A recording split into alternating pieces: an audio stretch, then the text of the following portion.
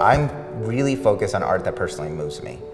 And one of my basic loves is literature, poetry, and I think I bring that to what I aesthetically value. I always think of Nietzsche when he said, when you stare out into the abyss stares out into you. And in that way, that's how I see art. Art that when I stare at it, I feel it's also looking back at me.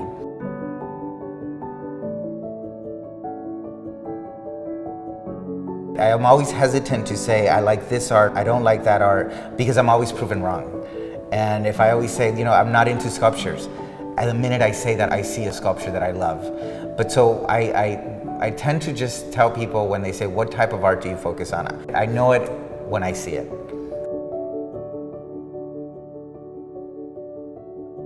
I didn't really want to get lost in Chelsea and just be another Chelsea gallery. And I didn't want to also go to Brooklyn. I felt that that was the easy thing for me to do.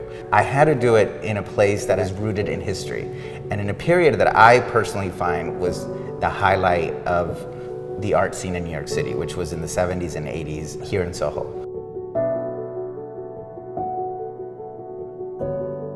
I feel that the relationship between artist and collector, it used to be a unified relationship where it was very personal. If you look at the major art sales that have happened up to the 70s or 80s, it was done a lot through interpersonal relationships. The relationship today tends to be a little bit colder, more corporate. There's less interaction between the artist, the collector, and the gallerist. In fact, very few collectors now even meet the artist. My goal is to really establish a gallery that has a global reach with affiliates all over the world, working together to really reestablish that relationship that I think is important. People who come to work in the art world come for the interpersonal relationships that are developed, for the culture, for everything that surrounds really creating art.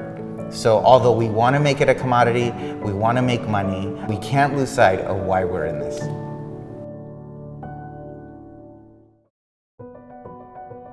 The regions that I'm really focused on are the regions that I feel are rising, not just artistically, but economically.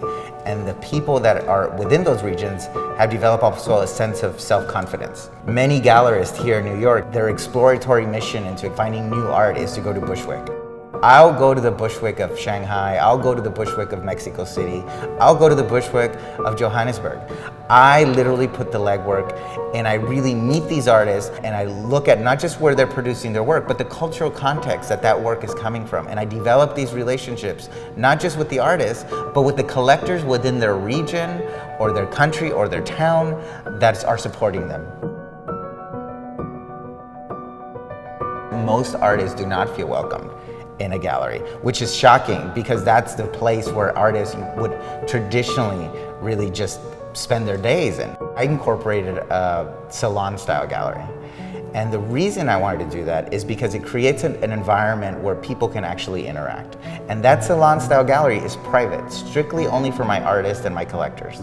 So the only people you'll find there are either one of my artists or one of the hundreds of collectors from around the world that I work with. And I'm perpetuating this globally. So every George Bergès gallery around the world that you go to will have incorporated a salon-style setting to it. And I want every artist from around the world to really feel that there is a gallery that is really open, not just to new artists that are emerging, but also open to a global perspective of art. That art didn't end with post-World War II era.